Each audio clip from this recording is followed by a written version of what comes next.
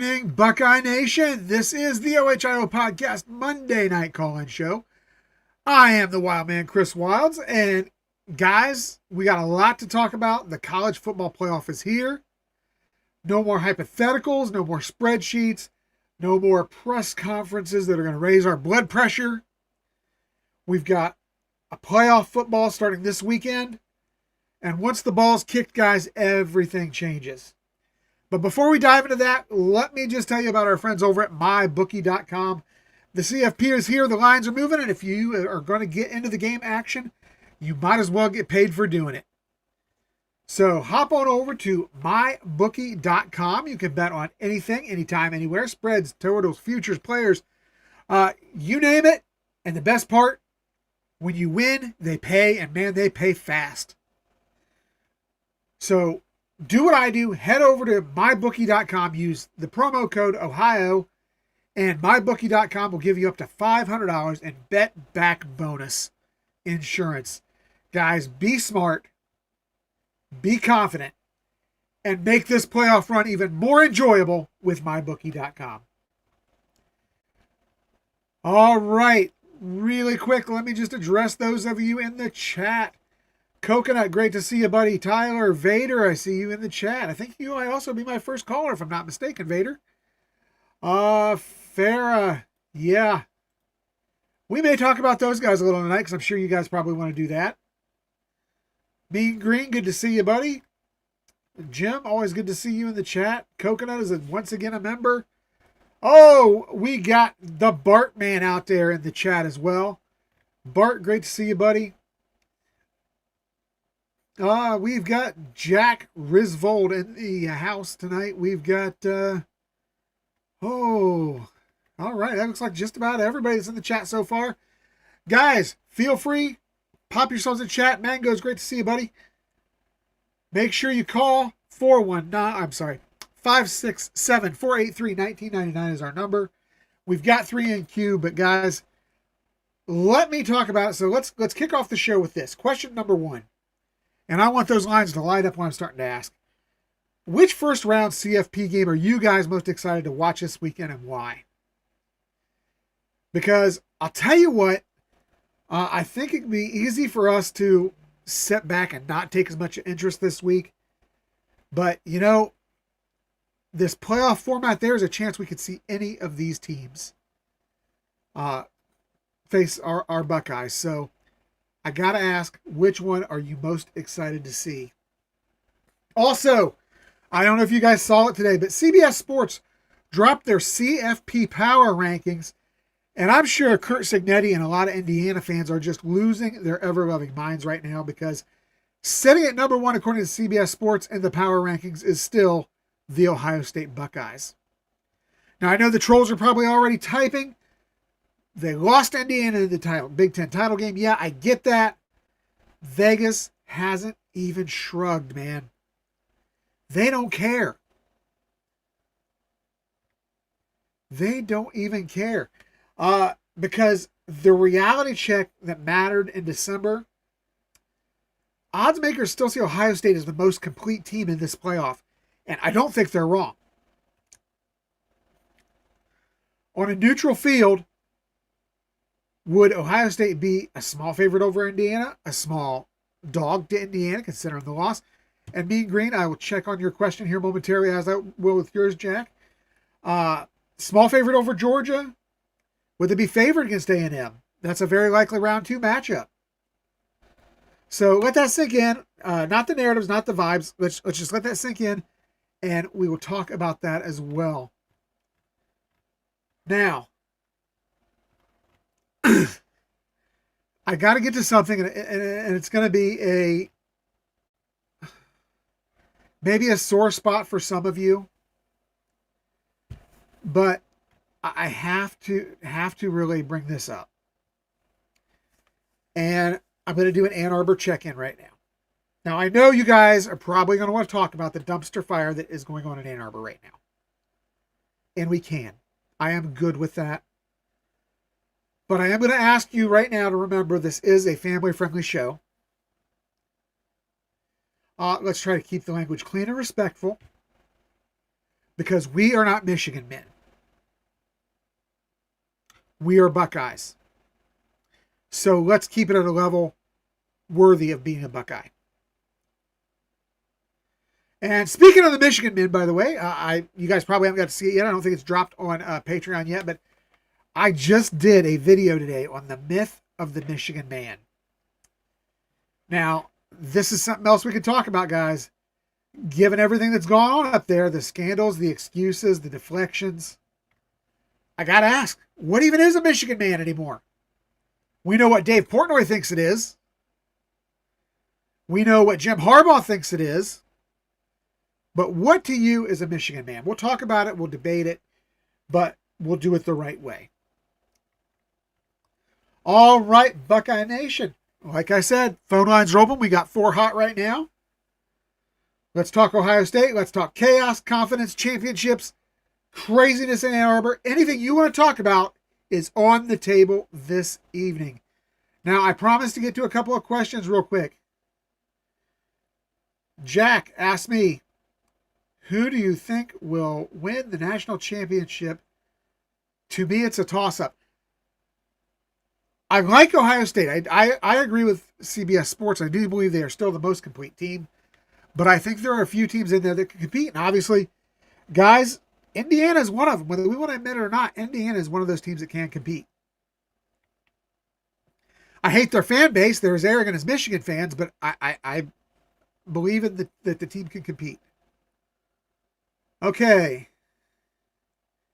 Who do I want to see Ohio State play in the Cotton Bowl game? I want Miami. 2 reasons. One, I don't want to give Texas A&M any semblance of a home game. And 2, I want the chance to finish what we broke 25 years ago. It's that simple. Troy, the A&M Miami game, you want to watch that because it's going to be our next foe. Yeah, I get that. Absolutely. All right. And Bart wants to know if we'll have school tomorrow. Most likely. Most likely, as long as the wind chills are in positive digits, I wouldn't see why not. All right, let's go over to the lines. We've got 859 is our first caller. Let's see, do we have a... I don't have him on my list. That's something I'm going to have to add. I'm pretty sure this might be Vader, though.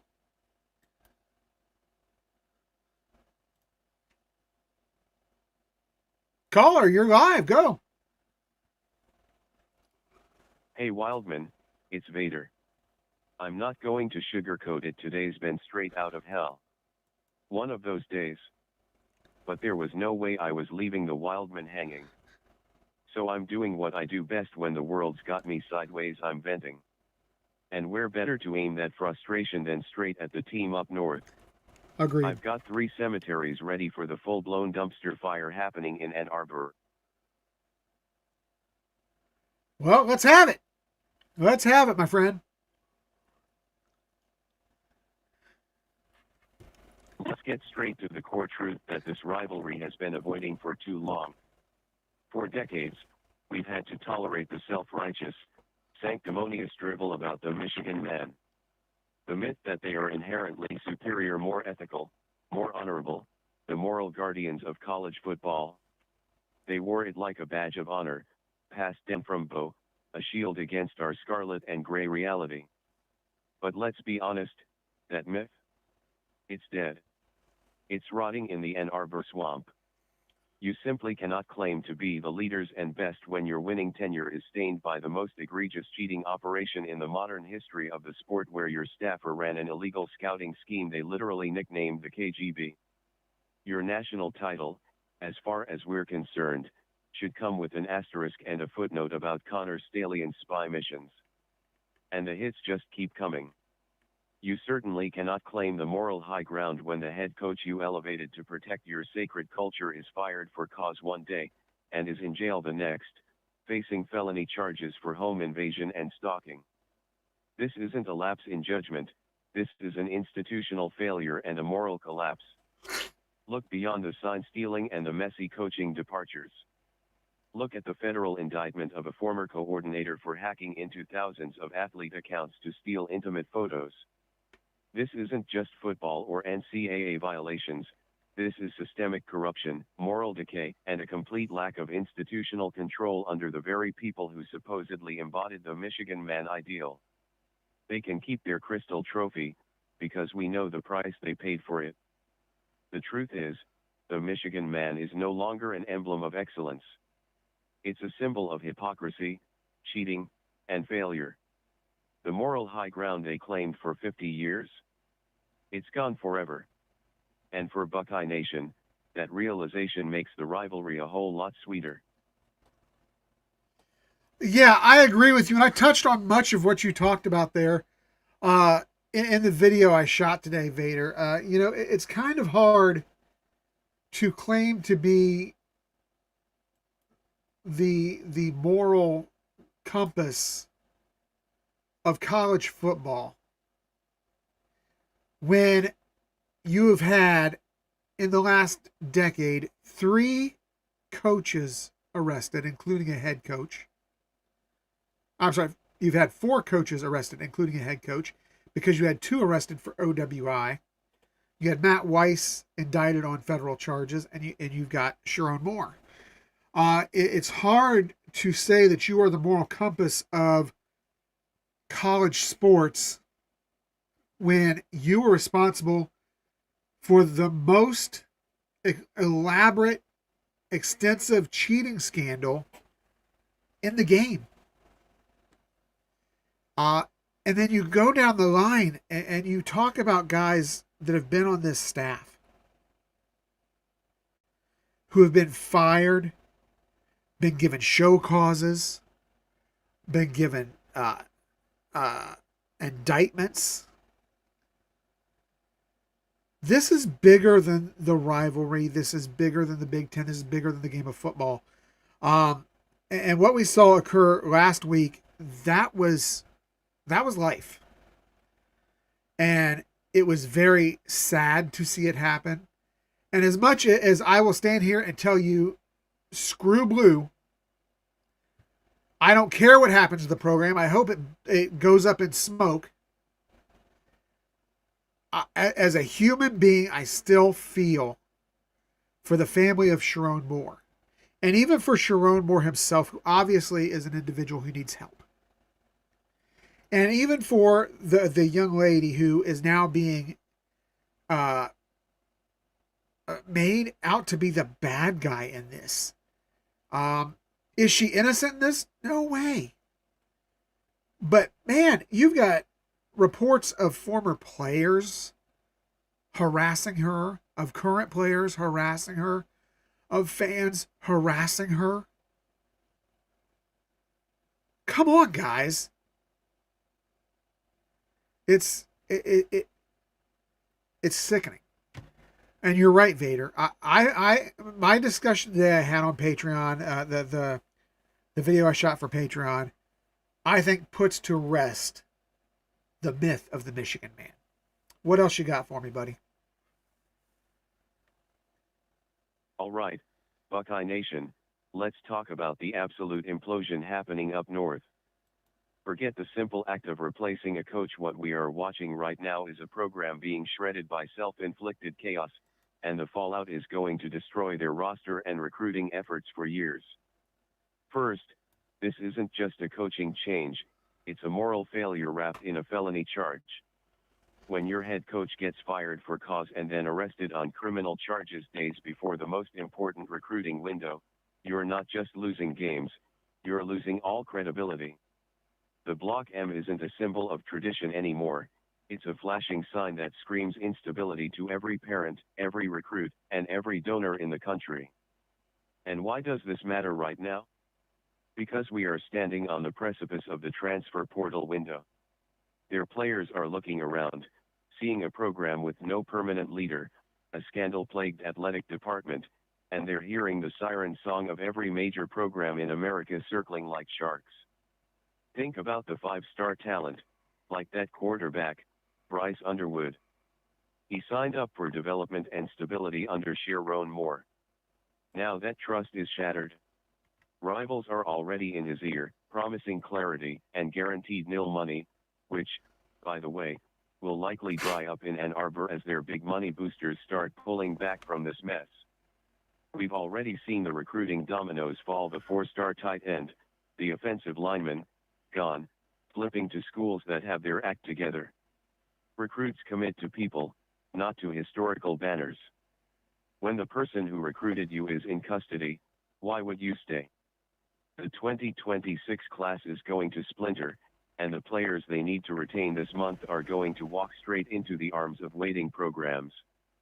Michigan is officially in full-blown crisis mode. They are rudderless, disgraced, and starting a coaching search at the worst possible time. This isn't a temporary setback, this is the structural collapse of a program's foundation, and for us here in Columbus, it's the best news we've heard since we locked up the game this year. The gap is widening, folks. The Buckeyes are winning the off-season war by simply watching the enemy burn. Yeah, Vader, I agree with you 100%. You know, we've already seen three or four of their kids ask to be released from their letters of intent. You know, you're going to see kids in the transfer portal. There's all kinds of rumors floating around already. This is bad. This is bad for them.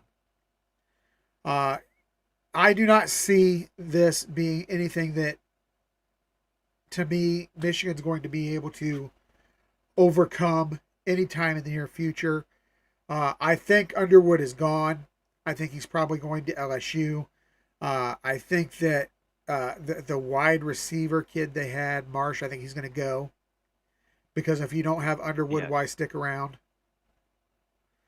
I think that you're probably going to see some of their other guys, maybe a few of the linemen jump in the portal. And then, of course, like you said, the class is going to splinter. We've had reports, I know that you've dropped over on the Patreon page, about a few people who have already reached out to Ohio State. So this is a moment of truth for Michigan football. And what needs to happen is they need to blow this thing up, so to speak. They need to take and get rid of Ward Manuel. They need to clear out some of that board. Yes. They need to find a stabilizing coach who can come in and right the ship. Now, this may not be a long-term coach. It may be somebody that comes in for 3 to 5 years to fix the program. But that's the only way that this happens. This is not going to happen under Biff. Biff is not the future of Michigan football because right now Michigan football has no future. They need someone strong who can come in and right this ship. And right now, I don't know there's anybody out there that can do that. At least nobody who's going to be willing to take that chance. Anything else for us, Vader? Look, we all expected Michigan to be dealing with the fallout from the sign-stealing saga for years, but what they're facing right now is an absolute implosion. And if you're a high-profile coach, a proven winner, a guy with options, why in the world would you sign up for this mess? Michigan is not just hiring a coach, they're hiring a crisis manager, and they're doing it 3 weeks before their bowl game. Let's be brutally honest, the job description is toxic. First, you have the immediate, staggering disgrace of Sharon Moore's firing and subsequent arrest. That wasn't a football decision, that was a morality clause violation and a criminal matter that makes the entire institution look unstable, dysfunctional, and incapable of vetting its own staff. That's a massive red flag in terms of institutional control and culture. Second, the new guy, whoever he is, doesn't inherit a blank slate. He inherits the NCAA's wreckage from the Harbaugh era. Michigan is facing a massive, multi-million-dollar fine, they are on a multi-year probation, and they have recruiting visit and communication restrictions in place. The NCAA literally stated that the competitive advantage of the previous staff could never be known because of the destruction of evidence. That regulatory cloud doesn't just dissipate when a new coach walks in. He walks right under it. So, you're asking an elite, established head coach to leave a stable, high-paying job, maybe one at a premier SEC or Big Ten program, to step into an unstable environment that is actively being scrutinized by the NCAA, all while having fewer recruiting resources than the team he left. Top coaches want championships, stability, and control. Michigan offers an immediate headache, probation, and a culture that has now produced 2 back-to-back scandals, one regulatory, one personal, of the worst kind. The best coaches on the market have already signed elsewhere. Michigan is scrambling for leftovers, hoping to convince a promising Group of 5 coach or a Power 5 coach looking for an escape hatch that this is worth the risk. It's not. They're going to overpay for someone who is clearly not their first choice, and that, my friends, is exactly where we want them to be. Go Bucks. All right, go Bucks. Thanks for the call, Vader. Appreciate that, buddy. Always insightful, and don't forget, you can check out Buck Vader's work. He is the producer on both the Buckeye Lounge and the Buckeye Ladies here on our network on Tuesday and Thursday nights. And of course, he is one of the best insiders in the game, and he does run our blogs over there for us on our Patreon channel. Hop on over there, and you can get some of the best information early on as it happens. All right, next number, we got a 260. Now, that's normally a Ray number, and that's not one I know right now. All right. 260, you are live. Hey, Merry Christmas, Happy New Year. Well, hey, Ray, it is you. That's not the same number that came up before. No, it's 260. Yeah, no. We just had a different number for the last 4 digits, buddy. So. Yeah, I had to change my number. That was about 3-4 weeks ago. Okay, I'm going to go ahead and update that in the about sheet. 3-4 months ago. So let me ask you. Hey, where's Eric at? He and I switched spots. He had to take my show for me on Saturday morning. I had a event at the school, and he's actually right now shooting with another podcast as the Ohio State kind of representative consultant in the discussion on the Sharon Moore things that are going on right now. Hey, how much snow you guys got up there? We ended up getting right around 6 inches over here on Saturday into Sunday, and but the snow's not the problem. The problem's the daggone cold, Ray. It is freezing. Yeah, we got 2 or 3 inches. It's supposed to start warming up the next 3 days, so it'll be better. Yeah, they said it's supposed to get back into the 50s. I wanted to tell you about something. What's that? Back 2 weeks ago when we beat the bullies. Yeah. Okay. I want you to look something up for me, okay? I forgot to tell you guys about this. I don't like watching Fox, so I was putting it on YouTube, looking for you. And I turned it on Fox about an hour before kickoff. You know what I seen on there? Running up and down the sidelines like an idiot? Dave Portnoy? No. You know how you bring your team out there like an hour before kickoff? Yeah. Sharon Moore was running up and down the sidelines. I said, I've never seen a head coach screaming and yelling at the fans to cheer louder. He did this for like 10, 20 minutes. I want you to look at the tape because I thought, what's wrong with this guy? Is he nuts? I've never seen a head coach come out on the sidelines running up and down the sidelines, trying to entice the crowd to cheer louder. But an hour before kickoff. He did this for like 15, 20 minutes. So I didn't think nothing of it then, but now that he got fired and they put him in jail and all this other crap, I'm starting to think that maybe he was told before kickoff, if you don't beat Ohio State this year, you're going to lose your job. Here's the thing, Ray, and I don't disagree with what you're saying, but I've got a problem if they told him that fully aware of what was going on already. See, because that tells me that the myth of the Michigan man is that they have this great moral standard, this great moral compass, which we all know is false because of the cheating scandal and all the other scandals. But it shows that their morality is for sale for wins. Because I've heard has people been. say this. I'm going to tell you back when I used to go to these Michigan football dinners at Atlas Country Club. Every year I'd go over there, and I'd bring chocolates for them, and they would hide them, and then they would sneak them out of there. And I'm telling you, there was a few nice people there, but most of them were arrogant and prideful and ignorant. They said, Bill Martin was the athletic director then. He said, we want to get W's. We don't care about playing tough teams. And they wouldn't play any tough teams. They played cream puff, so they'd kill them 3 games in a row.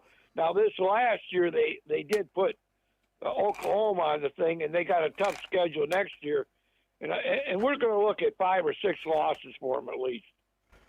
Oh, I agree. But, here's my thing. You've got Portnoy and Harbaugh and all these guys, Desmond Howard, Woodson out there talking about the Michigan man this, the Michigan man that. Rich Eisen. Rich Eisen. Rich Eisen's another one. There is no such. Let me tell you, the legacy of the Michigan man is this.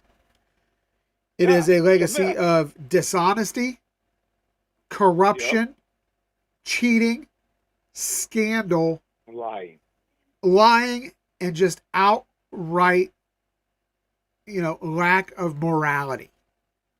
That is a Michigan man. The NCAA has any guts at all, they're on probation for 3 years for crying out loud.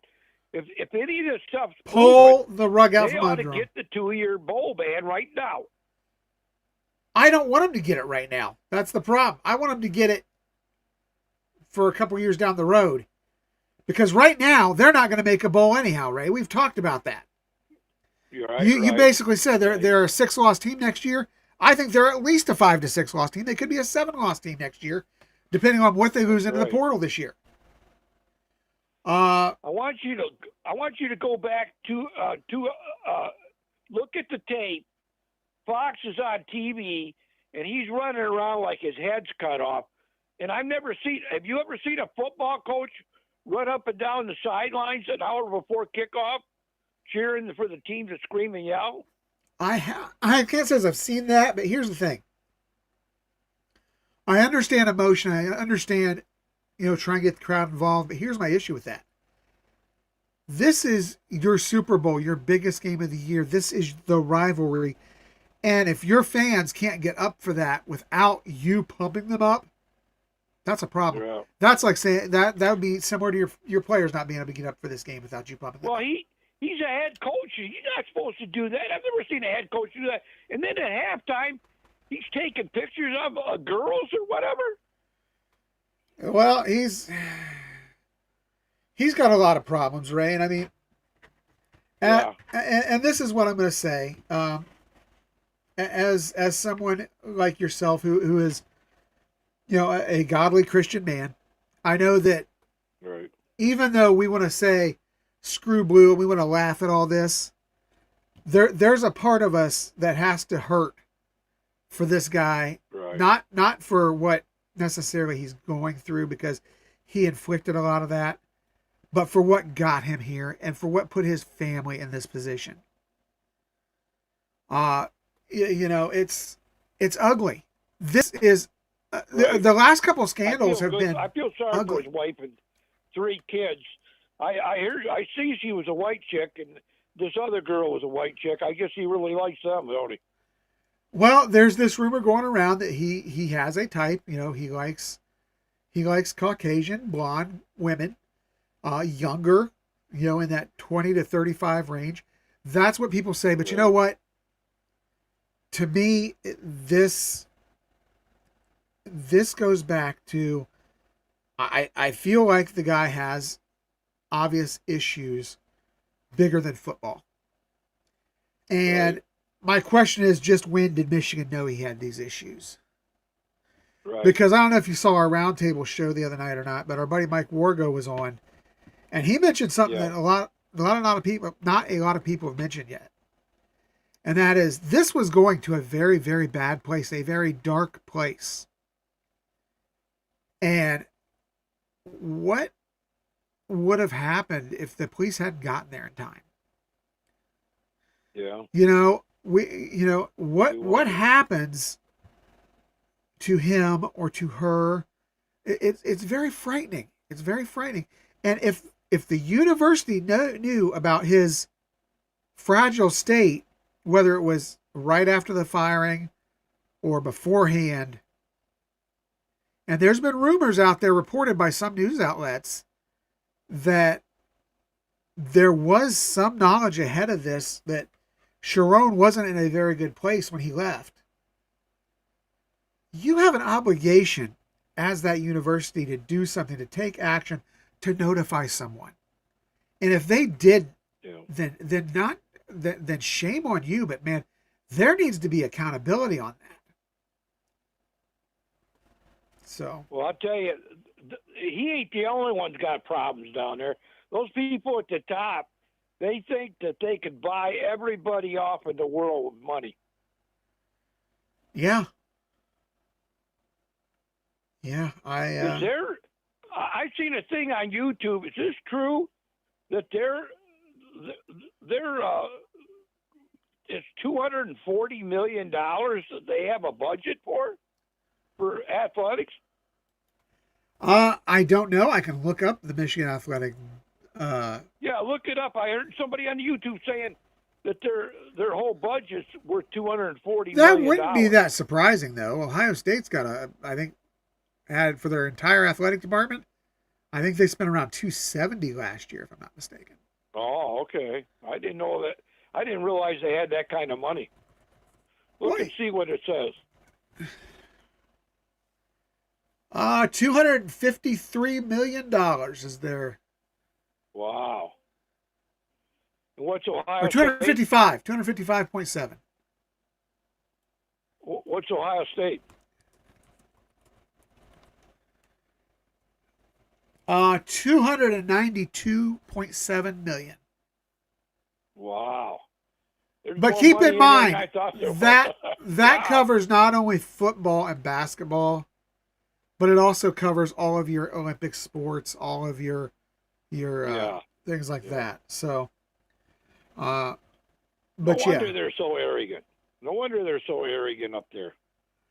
But you know what? Most of your major universities have budgets between 200 and 300 million.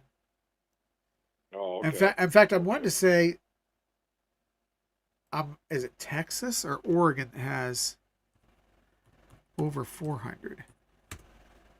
I believe I read that somewhere that one of them had over 400 million. But yeah. Anyhow, I don't want to use all your. Any of the team said anything about leaving yet? Any of the players? There's been a couple of their team? recruits who have asked for release from their letters, and they have had. There's rumors, but nothing. Whoop, there's our timer.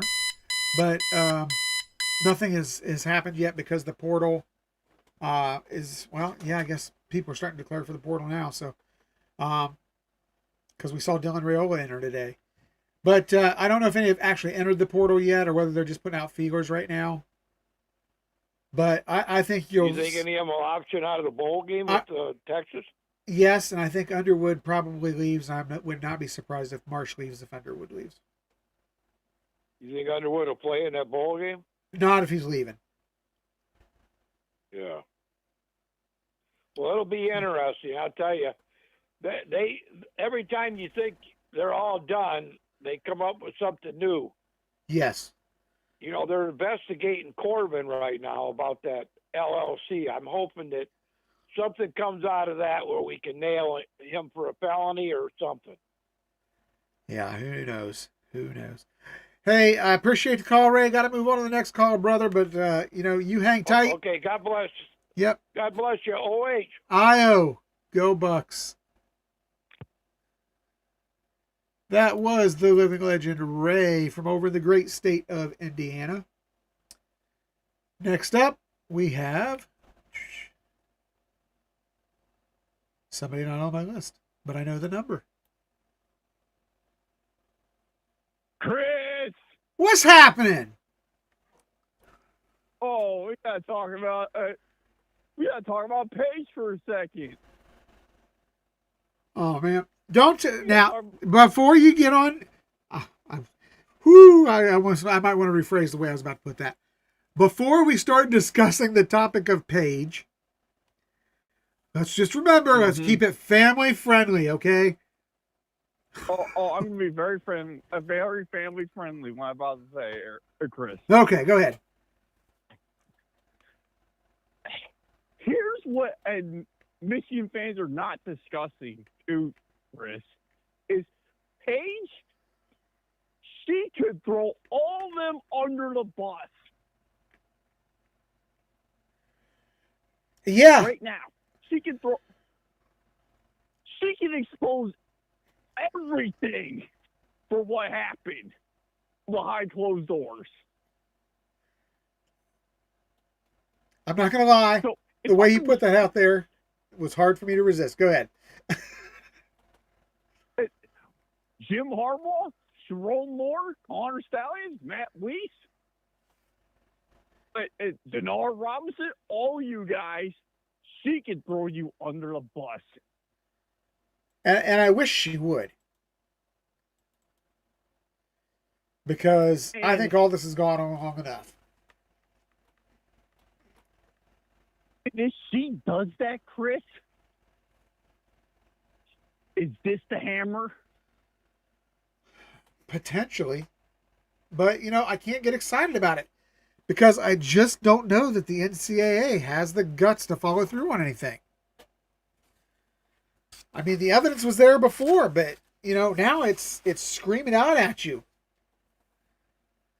Well, here's what the NCAA, here's the difference between Paige and the NCAA, though, Chris. The NCAA they were, like Eric says, they're toothless, but Paige, she don't have to, just no, she can, with the way they burnt her, the way that they mistreated her. Oh, she could go on the talk show circuit and clean up, man. Oh, exactly. So, Michigan, you can be. This could go far worse for you very quickly. Yeah, absolutely.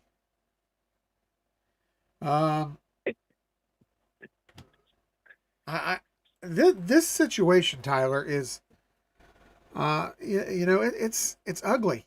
It's very, very ugly, and it's ugly beyond the field. Yeah. There is so many aspects of this. So I really don't know. I really, really don't know. Exactly. And then here's the other is now that she has you burnt that bridge with her, and she can throw all of you guys under the bus. What other things don't we know? Yeah, that's a good question. She can expose all of them. Yeah.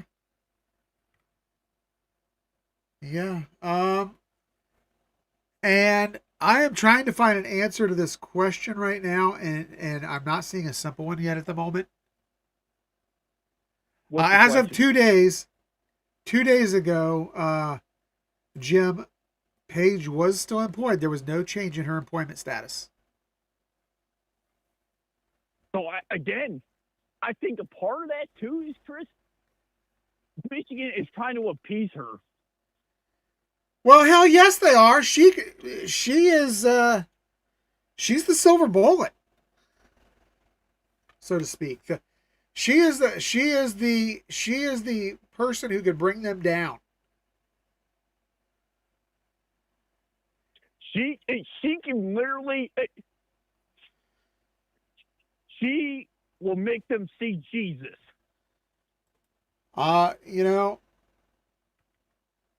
Yeah, I mean,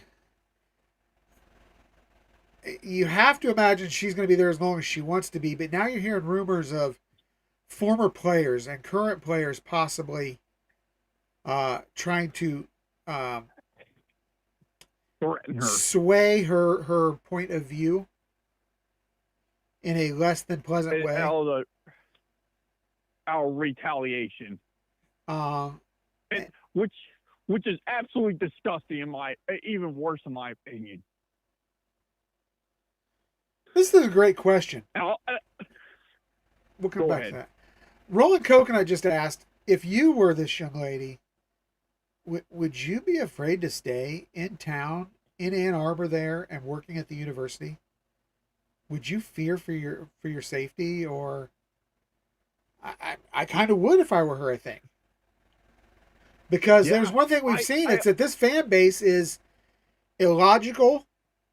They are ignorant, they're arrogant, and they are truly fanatical. So, yeah, I mean, I would have concern for my safety if I were her. Now, is it warranted? I don't know. But if I were Paige, I'll make sure that I'm watching my back at all times. I'm making sure that she don't have anything end up at her front door. Anything that she better have police protection. That's all I'm gonna say. Well, and I'm sure she's probably being monitored by campus security, who is in charge of keeping her safe. And that would be the right thing to do, but I don't know, because doing the right thing is not exactly a strong point in Ann Arbor. So, but that you would think that's what they would do. Any other thoughts, Tyler? Yeah, let's the close out on that. It's just one. The other part that really frustrates me with this too, Chris, is now the corruption of Michigan has been fully exposed to everyone across college football. Yes, it has. What amazes me is you still have these idiots out here puffing out their chests and acting like they are still better than everyone. You've still got guys like Portnoy and Howard out there, saying the program's doing the right thing and getting in front of this and that. And the other one. Oh my God. I mean, it hurts. It hurts to watch. I don't know whether they're that delusional or just that stupid, but it's painful to watch.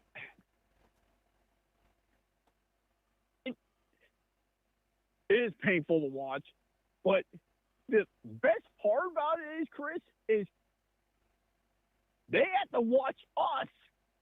The best vindication is if we go back-to-back as champions, and they have to suffer through what they're going through right now, Chris, and we go back-to-back as champions.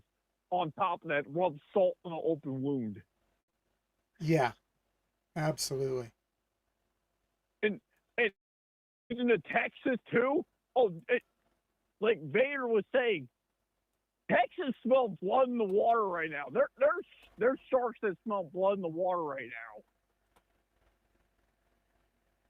Yeah, they are, and you know what?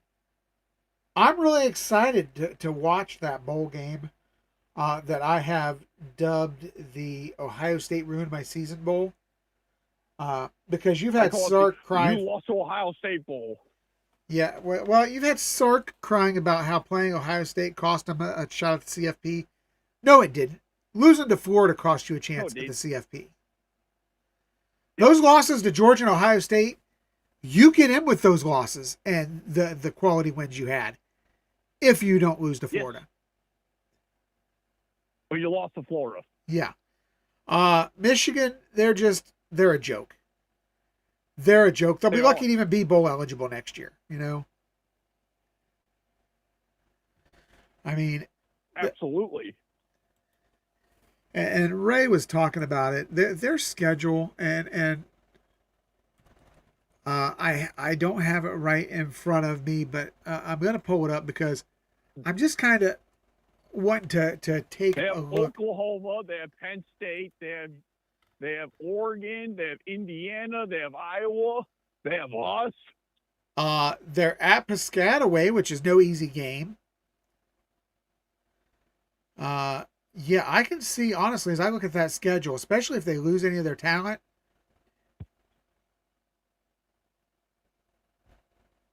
I see at least 6, maybe 7 losses on that schedule. And then also Michigan State's going to be a lot better because Pat Fitzgerald, too, Chris. Very well could be, yes. The only thing they got going for them on that one is that it's at home. Yeah.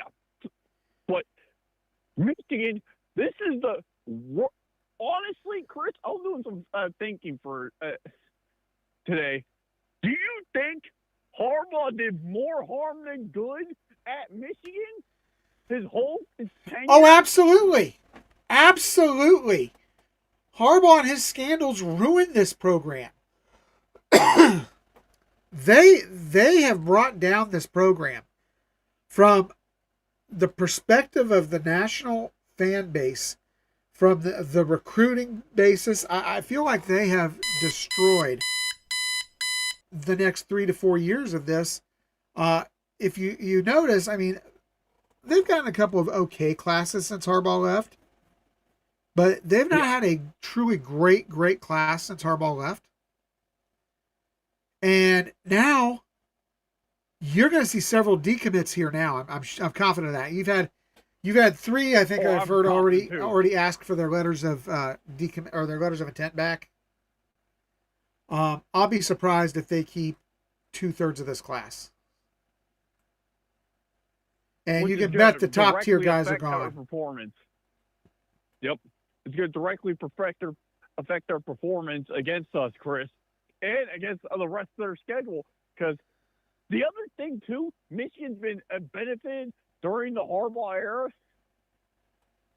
They've played pretty weak schedules for the past few years. Yeah. Next year, it's going to be absolutely brutal. It is. It absolutely is. All right, man. Hey, our time is up, Tyler. I'm going to give you one chance at a parting shot, and then I've got to jump to the next caller. Okay. So, last parting shot, too, Chris, is my going to the CFP games this weekend. By the way, first games are on my birthday on Friday. Happy birthday. Thank you. I'll be turning 30. I'll tell you what, December birthdays, man. We've had a lot of them. I was the 6th. Yeah. Schrock just had one. You've got one coming up. Lacey's got one coming up. All the cool kids have December birthdays, man. Yeah. The best game this weekend, Chris, is going to be the A&M Miami game. It's going to be directly affecting us because we're going to win. We're going to play the winner. I'll tell you, I like Miami in that one. A lot of people think I'm crazy. I like Miami. I think defensively they can cause A&M a lot of problems. I think within the trenches they are better than A&M. Here's the question. This comes down to one thing and one thing only for this game, though. Which quarterback makes more mistakes? Because both these quarterbacks we've seen, when pressured, get flustered and make mistakes. If I had to give you an answer, I'll go Carson Beck.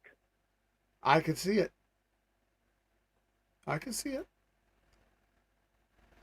So, all right, man. Well, hey, you enjoy those games this weekend, and we will catch you on the flip side, my brother OH. And I'll enjoy my birthday this weekend. Yes, sir. Go Bucks. Go Bucks. That was our man, Tyler. Now we're headed out to the 931 next.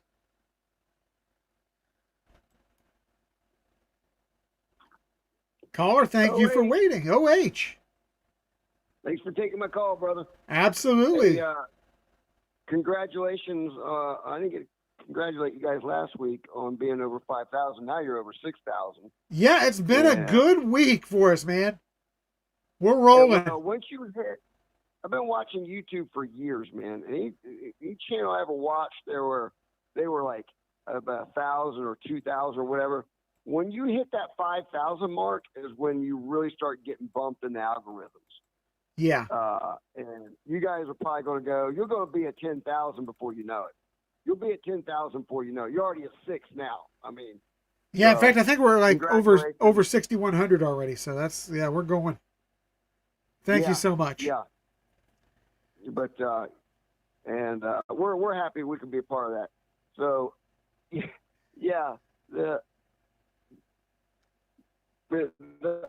ongoing saga is, as Ann Arbor terms, They are the gift that keeps on giving.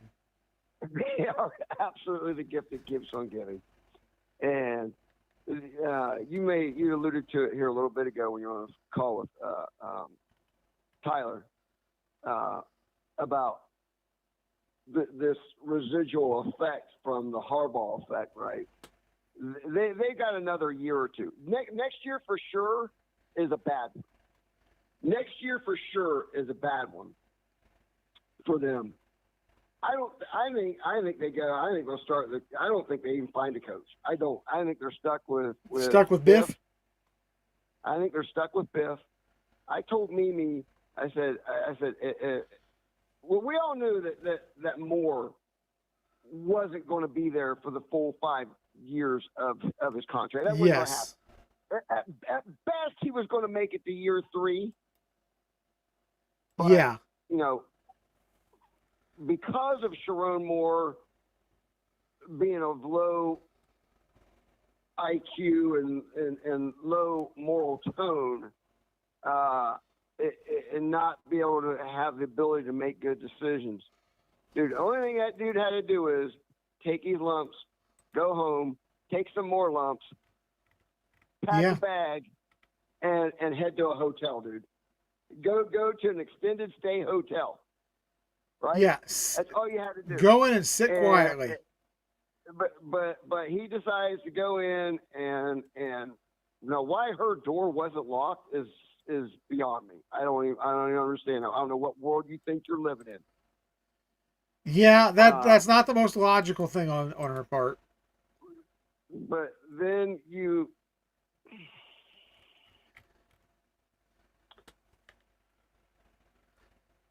the butter knife. I mean, come on, man. What are we doing? Well, what are we doing? And before we go any farther, I am going to ask that, and this is nothing against what you're saying here, Dave, because what you're going with, I'm good with. We just have to watch mentioning anything that may refer to any kind of weaponry because of the YouTube algorithm. They'll get us. Not a problem. Not a problem. But yeah, the butter knife thing. The fact that he brandished a weapon. Let's just go with that. I have a hard time calling that a weapon with my background. I get with what you're saying, though. Yeah. Okay. But like you guys, like you and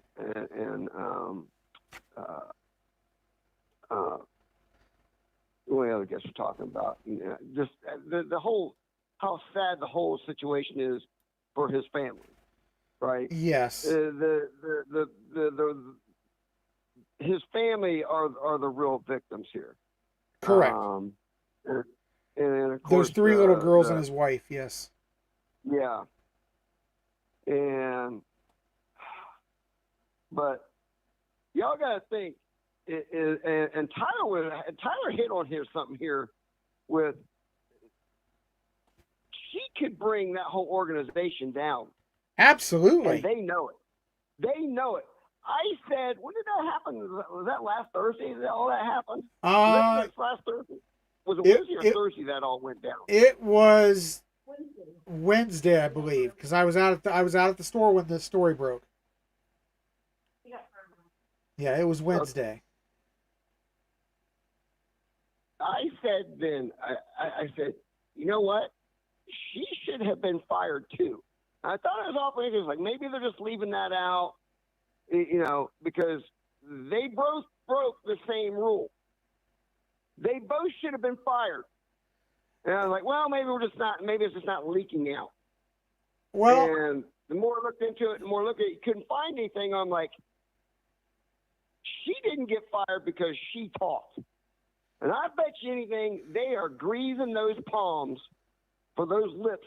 They're greasing her palms for her lips to remain sealed. I'm going to bet. But God knows what else was going on there that we don't know about. This is the other thing, though, Dave, that we have to consider.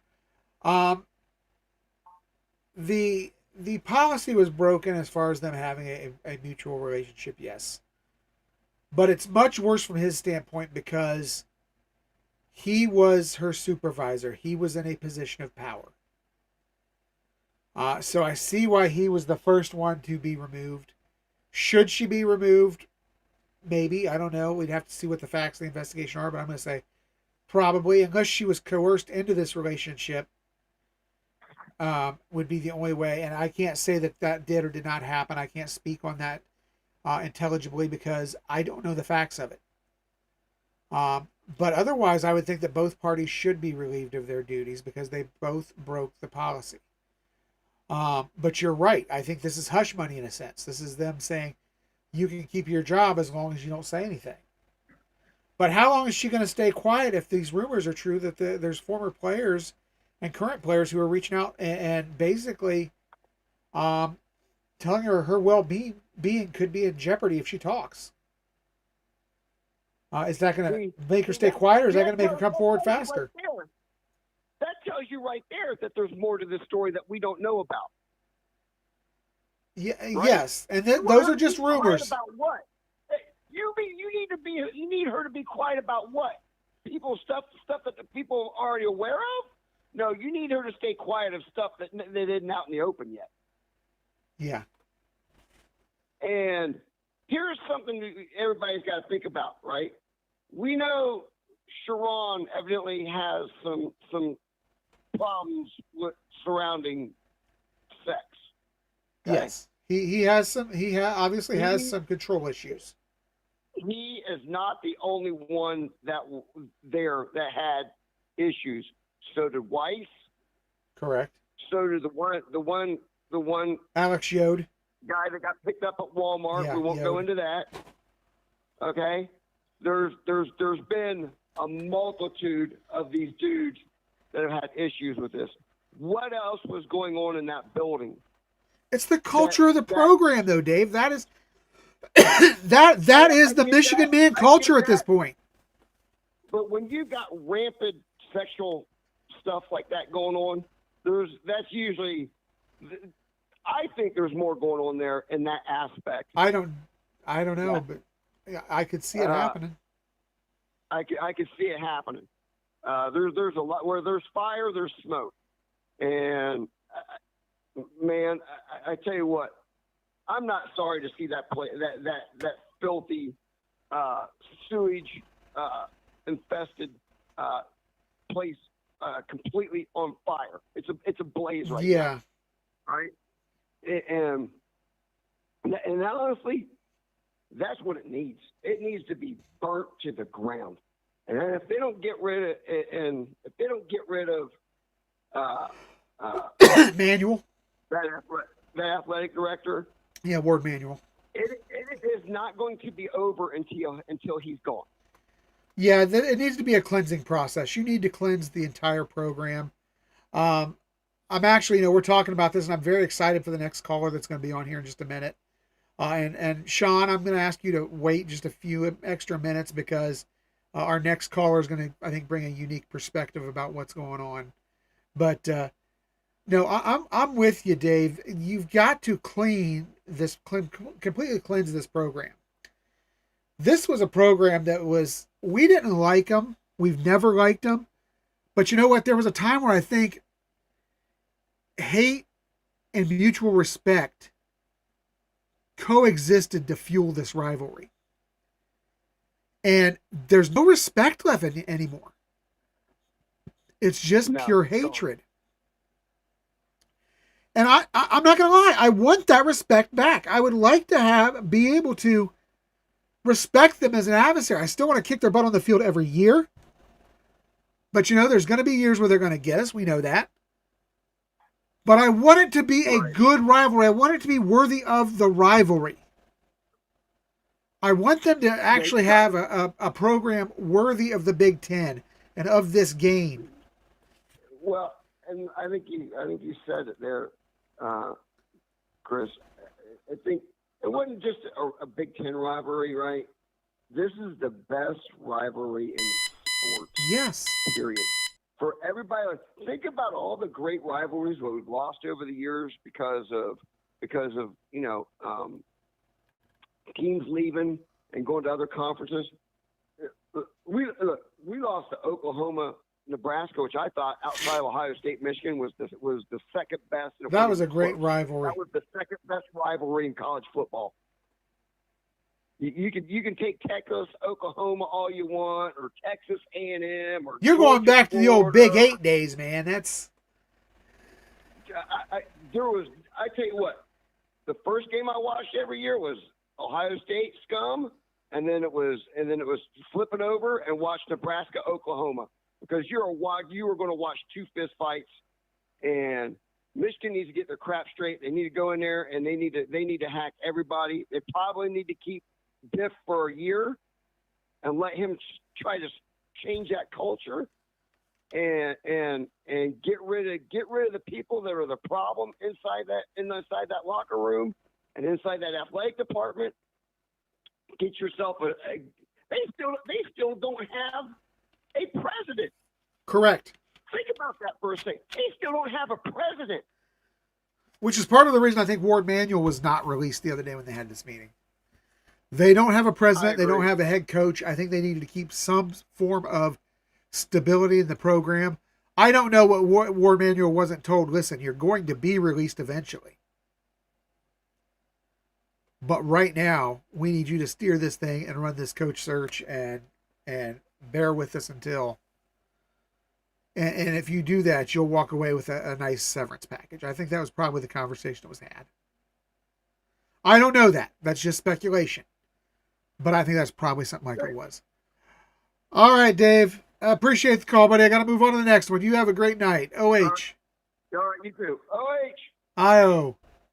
Go Bucks. Go Bucks.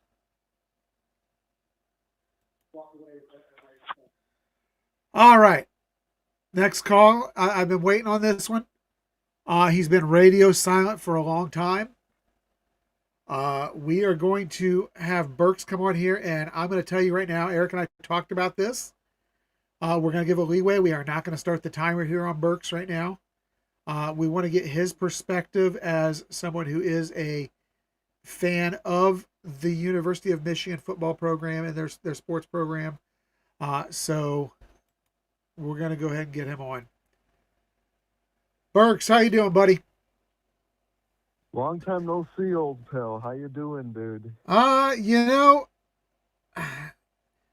want to enjoy this, but Yeah, when I you know. see the innocent lives that are being affected by it, it's hard to enjoy it too much.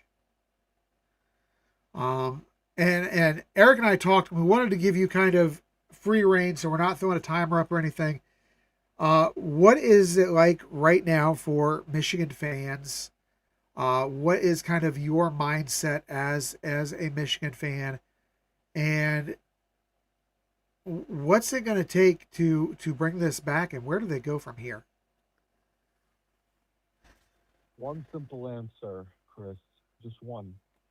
Fire all the damn regents, man. They run the damn university. Everyone all our fan base, man, is always thinking it's Ward and Ward. No, it's the damn regents, dude. Fire them. And even OSU fans and just like fans in general, they all think that, Ward is no, the damn regents run the damn university, for God's sake. Fire every single one. They are the most corrupted pieces of trash that, if they're still in power, I'm going to let you know right now, it's going to be a clown show for the next, for like 5, 10, 20 years, man. It's just the regents, and then Ward has to go. And the reason why Ward is still here is because I think what's happening is they want to hire a coach and then they'll fire Ward. But you know what?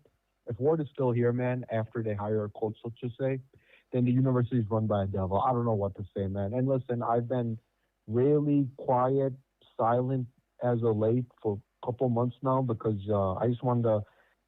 I had some work stuff, not with work, just personal stuff with my job and stuff, which I'm good now. But also, I was really focused on my team this year just because I was struggling during the season, and not only that, but I heard these rumors for a couple of months actually, and so I kind of was investigating, and when Spiro eventually he dropped the news that crap, it went to Spiro. I'm like, okay, crap, this must be true.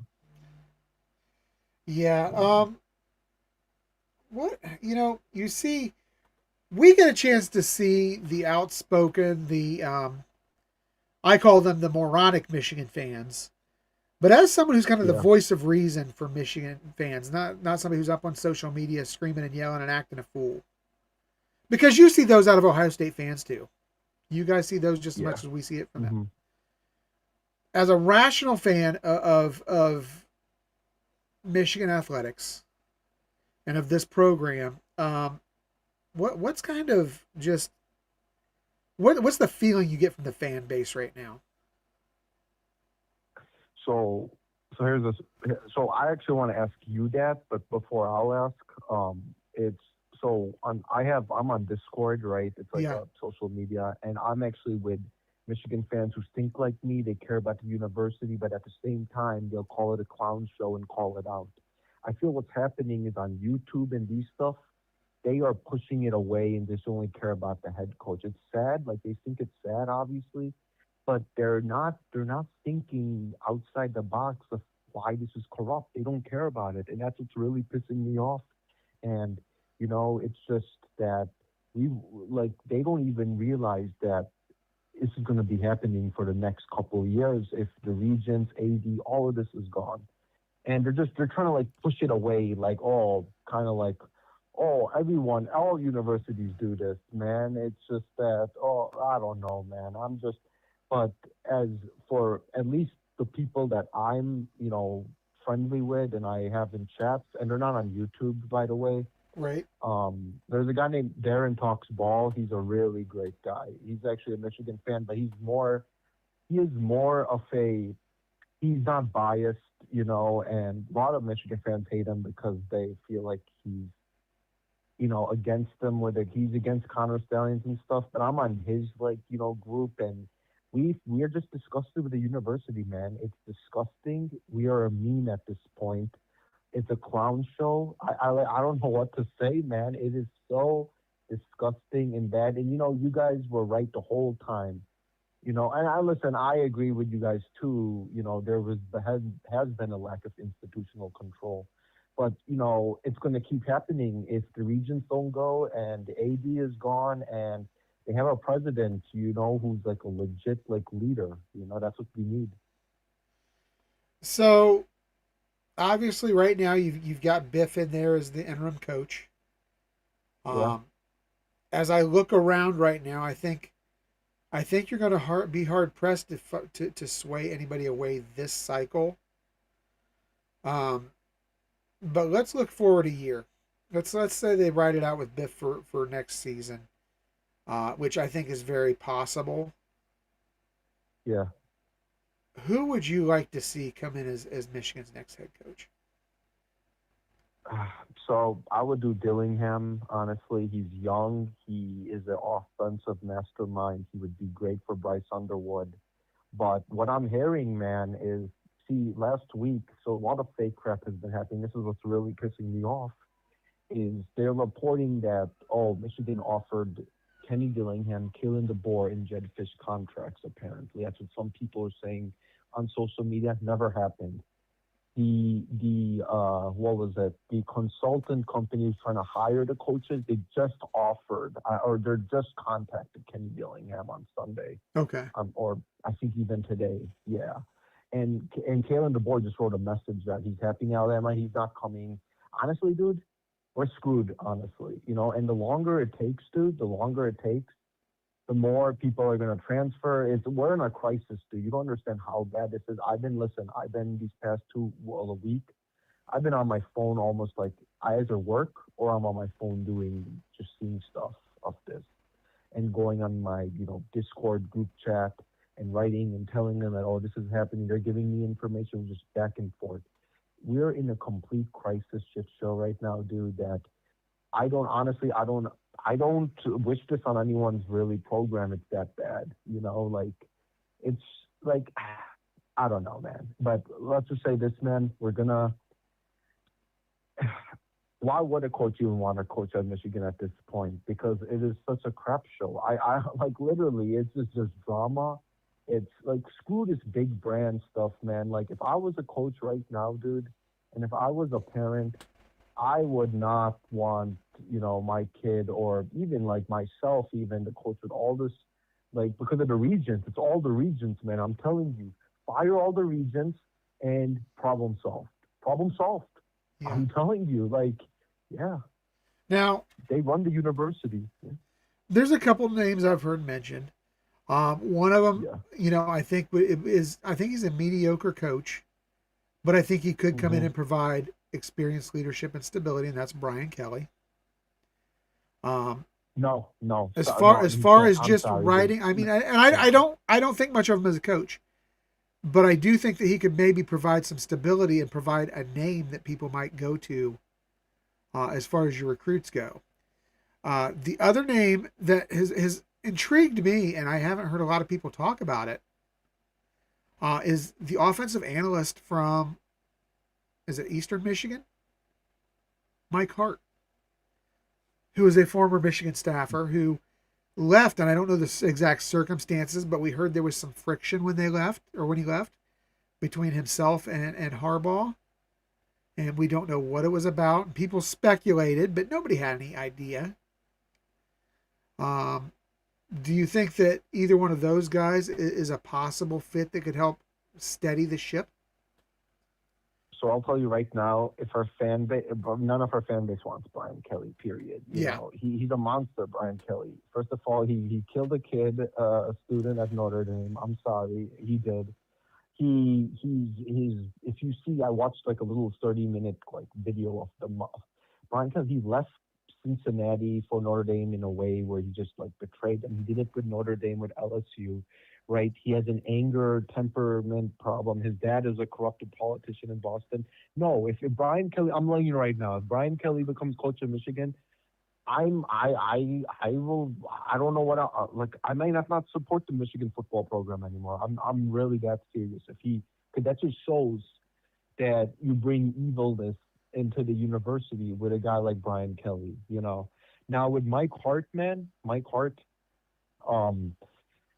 issue with Mike Hart is this, man. This Jim Harbaugh regime, everyone who coached with him, we don't want anything to do with it, dude. I don't know what Mike Hart might have did that he left Michigan, or maybe he did something, but no one who was in Jim Harbaugh's staff, none of that stuff, we cannot make the same, another mistake on this.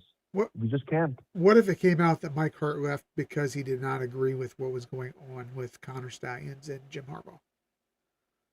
What if that was his stand? Yeah, of course. 100%, man. Then I would love Mike Hart. If he would, and running backs loved him. Blake Corum loved him. A lot of guys loved him. If that's the reason, then yes, get Mike Hart. But like this whole Michigan man stuff, man. Again, oh my God. And let's talk about the Michigan man, and the Leaders Invest. They need to take that Leaders Invest model out of the, like, throw it away, man, because this is it's full of crap at this point, man. None of this is Leaders Invest. Sharon was supposed to be a leader. What happened? Shit show, man. I'm sorry. It's a crap show.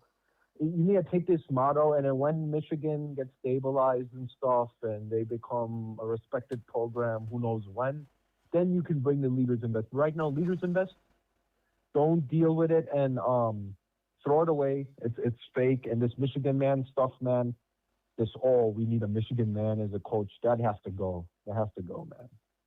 It has to. Now Coconut throws out a name that I'll tell you, I don't know how great of a coach he is, but Yeah. Burks, this is a guy who I think could come in and straighten out the program, and a guy who could recruit for you. What about Deion Sanders? No, dude. Do you think that kind of chaos just makes matters worse? Yeah, it would. I can't trust him. I'm sorry, dude. And I know. And listen, I know you said Deion Sanders. You knew I was gonna disagree. It's you can't have Deion Sanders. I'm sorry. And basically, I'm just gonna say this, man. Michigan's in a crisis. Clock is ticking. All right. Pretty soon, Ohio State and these schools. If we don't have a coach, and let's say Biff is our coach for next year, I wouldn't be surprised. Ohio State and these schools take Savion Hyder, Derek Meadows. Like we got two of our guys already poached. Matt Ludwig is an amazing tight end. He has a Colston Loveland type. That was the kid out of developed Texas, really, right? Yeah, he's Yeah. going to be developed really well at Texas Tech. I can see him as a future like NFL high pick. And then this McWhorter guy who committed to Auburn, he is an underrated guy. I'm telling you, our guys are going to get poached one by one.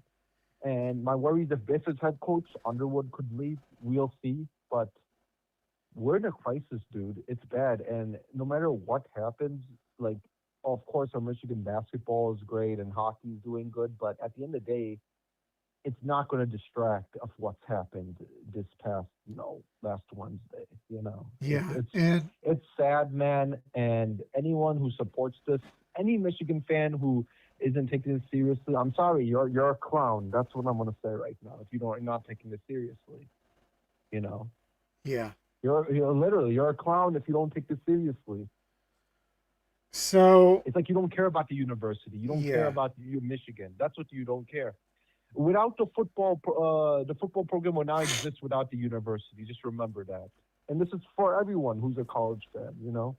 yeah, yeah, and Yeah. Like I said, a lot of Ohio State fans are torn because we find the how do I put it?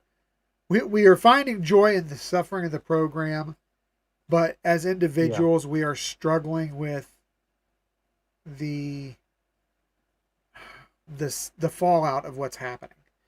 The fallout that's happening for his family. The fallout that honestly even is happening to Sharon Moore. Now he put himself in this situation, but Burks, I feel like this is somebody who's a sick person. I feel like he's got serious issues. And you know what's sad, Chris? Is if you guys, let's say we beat you guys that game, couple weeks back. I think he's still there. I had a feeling that he would be still there. They would cover it up. Michigan's covering crap up, and that's what's pissing me off, and it's disgusting. So you know what? For once in my life, I'm going to say this. Listen, I don't like Ohio State. I always wish for you guys to fail every game, no matter what. All right. But I respect you guys. But, for once in my life, thank you guys for actually beating us because if you didn't beat us, we have a monster who's coaching our program and you guys expose it. So congrats, Julian Sayin and Jeremiah Smith. Thank you, Julian Sayin. By the way, I love Julian Sayin. He is I was right about him from the get-go. He was going to be a great QB in the beginning. Even when he played against Texas last time I called, was I think Texas and Ohio State, right? Said he played a great game and he's going to be special. And I was right on that. And thank you, Julian Sayin, for beating us, so you can expose Michigan that there was a monster, and yeah, that was my worry. We need to clean out the house. We have to clean out the regions, clean out the AD, clean out the administration. And when we get a new coach, get every person with Sharon Moore out of here. The O-line coach, the only two people who can stay, Biff, I like Biff, and our running backs coach. That's it. Those two can stay. Everyone else, get the hell out of here. Get the hell out of here. Yeah, Tony Alford, we talked a little bit about Biff, and we actually kind of like Biff. He's a character. Yeah. I would coach. If he was the head coach, I would if I had a kid, I would take him to Michigan. I would let him play at Michigan. I think Biff is a great guy. Yeah. All right, Burks. Anything else you got on your mind tonight? Anything else you want to talk about? Anything else you want to share? It's frustrating, man. It's disgusting. And when I heard the news, man, I was wishing it wasn't like true. Like I heard this like rumors months back, actually, like 2 months back. So I've been really researching, and when it came true, I was thinking to myself, I own 100+ Michigan gear in my room. I have banners on my wall. I Yeah. have bathroom stuff, everything. I was thinking for 2 seconds, man, should I just burn everything and throw it in the trash? That's what I was thinking. You don't I want to was ask thinking me that. that question because I'm the guy who took his LeBron James jersey out and torched it after the decision. Oh my God. Yeah, yeah. And I was thinking that, and I'm like, no, man, you have to, I've always been a Wolverine fan. No matter what, you go through hard times, you'll get over this. But it's disgusting, and you guys should be thankful that you follow a program that worst thing it ever possibly did was sell tattoos and get your wins weighted, which isn't that bad compared to what the hell's happening now. So kudos to you guys. You guys should be happy. And it's a really, really, really sad day for Michigan, and it's just all over the news. It's even, this Michigan news is even in BBC News, British broadcast, Yes. and Turkish news. Like, I'm half Turkish, half Scottish, right? My mom is Turkish. She's an immigrant here. It's showing in their #1 Turkish news site. It is showing there. That's how disgusting this news is, and it's awful. So that's all I wanted to really say. It was actually really fun talking to you after Yeah. all Yeah. these months. But yeah, and tell Eric that I wanted to say that congrats on doing this full time, man. It's going to be a journey, but if anyone can make this show successful, really successful, and I've noticed the views of videos are going up. Yep. Tell him that, hey, I'm going to support you, even if I'm not going to, be here that much because, I have a lot of work and, I'm just seeing Michigan stuff a lot and focusing on that team a lot of just what's happening. But I wish him the best and wish OHL podcast and all that. So, yeah. All right. Well, thank you so That's all I much for wanted the to say. call, Burks. I appreciate it. Always welcome Of to course, stop by man. anytime, brother. We'll talk Yeah, to of you course, next year. man. Take We'll care. talk to you next year at Rivalry Time. How about that? Yeah, of course, man. All right. Talk to you later. Have a good Take care. night. Bye. Yeah. Bye. That was Burks, of course, our resident fan of the team up north, and man, a team that's hurting right now, a fan base that's hurting right now, and I'm going to revel in it for a lot of those arrogant fans, but you have some fans who are realistic fans who are fair-minded fans, and he's one of them. Still gonna mess with him a little bit about it though. Not gonna lie. All right, up next is our man, the Schrock Star. Sean, how's it going, brother? Oh my Lord, Chris! Do we have a night tonight, me and TG? Wow. Were you guys on? Were you? Were you guys doing a pre-record? We had a pre-record with Mr. Justin Spiro. Oh, And whatever the thing did you was, guys like, talk 2 about hours. tonight? Oh, just Pat Fitzgerald and what a great human being he is. Well, comparatively, if you look at the Michigan measuring stick, it's pretty low. But wow, did we find out some stuff tonight, man? It's and obviously I don't want you to spoil any of that, but yeah, it's been a dumpster fire up there, man. Let's just say there was. He said there was probably about 4 or 5 girls that are upset because they all thought they were the only mistress of Sharon's. So, yeah, there was all kinds of stuff going on. By the way, the reason Mike Hart left is because him and Sharon Moore hate each other. So that's why Mike Hart left the program. Maybe that would be reason for him to come back. I don't know. Yeah. Yeah, I think if anybody needs to take the job up there, it's Jed Fish. I think he's perfect for him.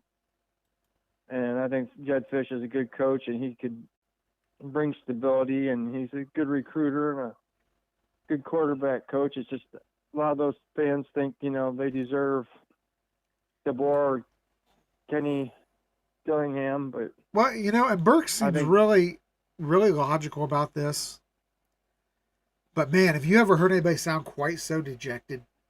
I mean, we were all angry after the game last year, but I don't know that we were dejected that way. This is a fan base that sounds to me like the life has just been sucked out of them. Man, after that national championship game against Florida, I kind of felt that way. I'm not gonna lie. I've never been so disappointed in my life. There's been some times after those games during the Cooper years when we choked away. I was pretty dejected, but his dejection is a whole nother level that we've never been a part of. Yeah, So, you mentioned thank 07 God. there, Sean, and I'm glad you brought up 07 because that brings us to another fun fact about the playoffs. How about the Indiana defensive end who hurt himself Wow, man. celebrating in the end zone and is out for the That's season? crazy. Out for the rest of the I feel season. bad for the kid, honestly. Yeah, I feel Unless he bad was for him doing as something well. Really, really stupid. If he was just, if it's just, I mean, just like what happened to Ted Ginn, that wasn't Ted.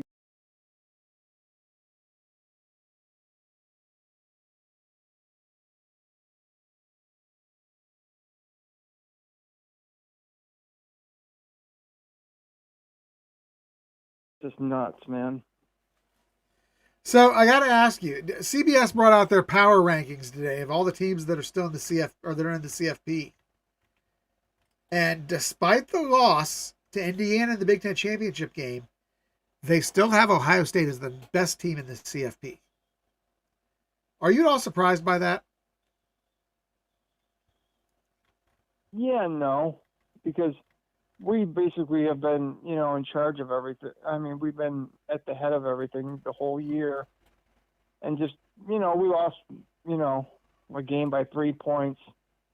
A couple more plays, and it's not even, it's a 2-score game. So I still think it doesn't change their talent or anything like that. I still think we have more talent. I think we have the better, I think we have the better coaching staff. Fair enough. But, Yeah, but, I think that's the anything can argument is happen, we're the though. more complete team. Yeah, and we've been there before. Yes. I mean, we got the experience. I mean, when you go in the playoffs and when you've never been there before, I mean, it showed in Indiana last year when they got beat by Notre Dame that it was kind of it was too big for them. This year, it's not going to be too big for them. So, I mean, I think we got the more experienced team, and we're used to playing those kind of games. So some of these other schools like Texas Tech, who's really talented, but they're not used to playing in this kind of game. So, I mean, it'll be interesting to see what some of them do. Yeah, I think we are the favorite to win, though. I agree. Julian Carlsbad says, just remember if roles were reversed, Michigan fans would be completely insufferable. That's the difference. We aren't Michigan men. We don't believe in Michigan men here. Well, let's just say, back, before the season started, there was an incident that happened, and the Michigan fans were really giving it to us over something that, over a bad situation.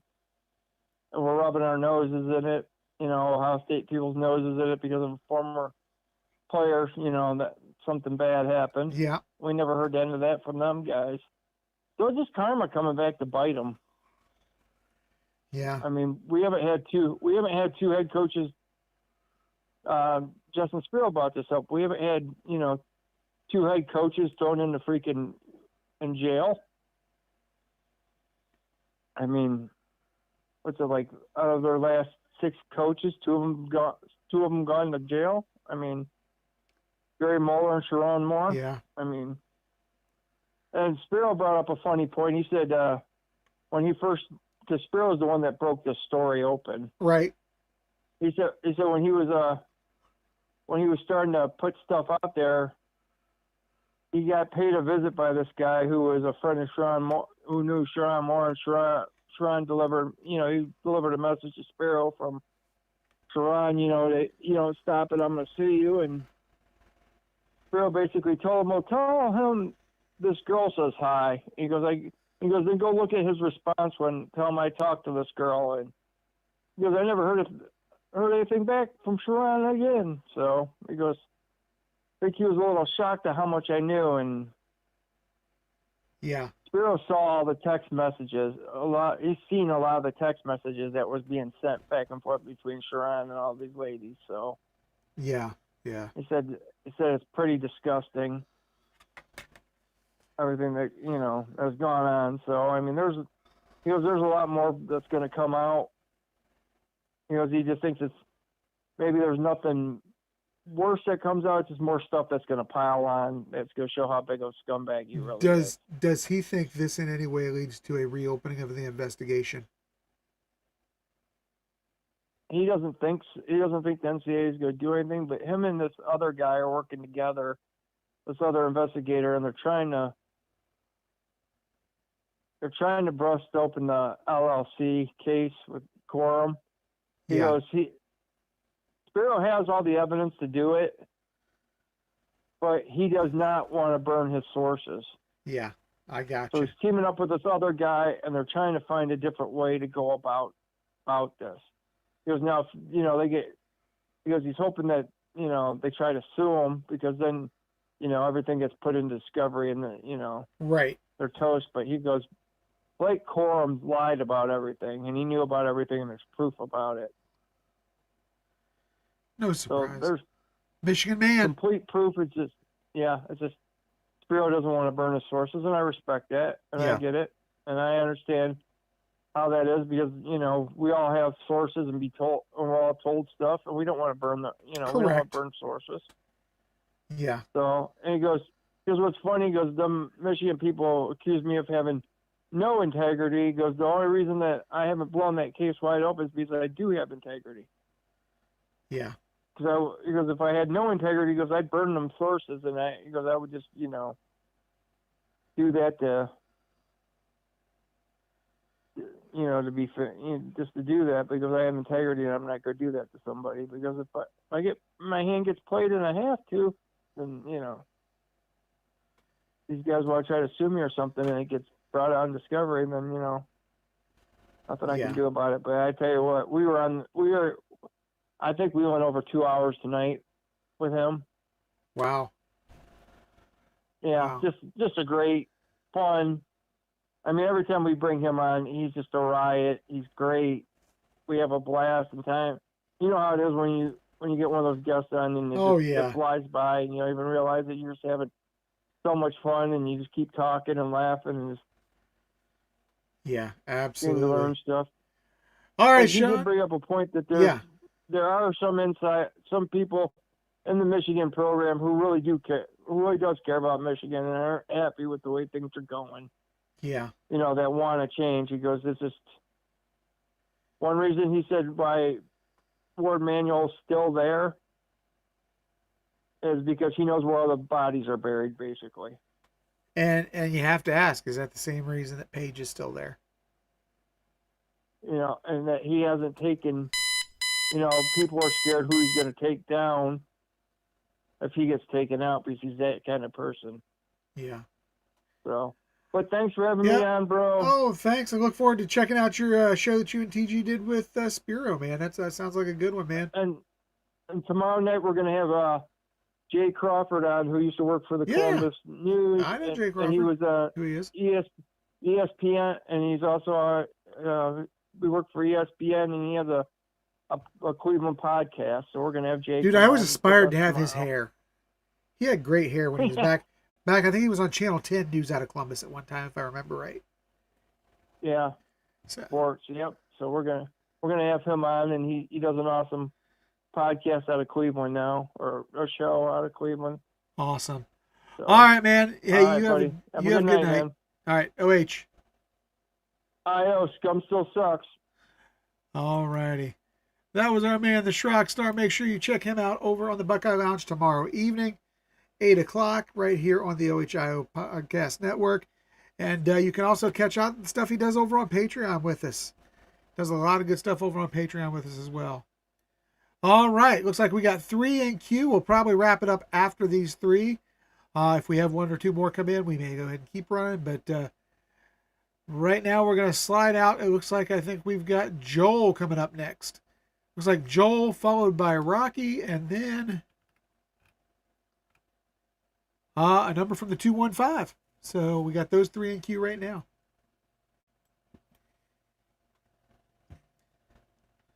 Joel, how's it going? Good, Chris. How are you doing? Brother, I'm doing great right now. We got playoff football starting this weekend. I know, and I got a tragedy that's happened. My little sister's decided to get married this weekend and keep me away from the games. She could have decided next weekend. That would have been a deal breaker. I know, that would have been embarrassing for her to do something like that. I told her not to. I said, don't ever test our relationship by scheduling something important on Ohio State games. So. Hey, I had somebody, one of my cousins is scheduled during the game. And she lived in Columbus. Should have known better. A lack of self-awareness. But, you know, I don't have a lot to say about the whole Sharon Moore besides, you know, obviously disgusting individual. Yes. Pray for his family, pray for his victims, you know. But, you know, I want to focus on this playoff run Yes. and just a few things I'm excited about with it. Bring it. So, I mean, I think I'm actually super excited with the path that we got.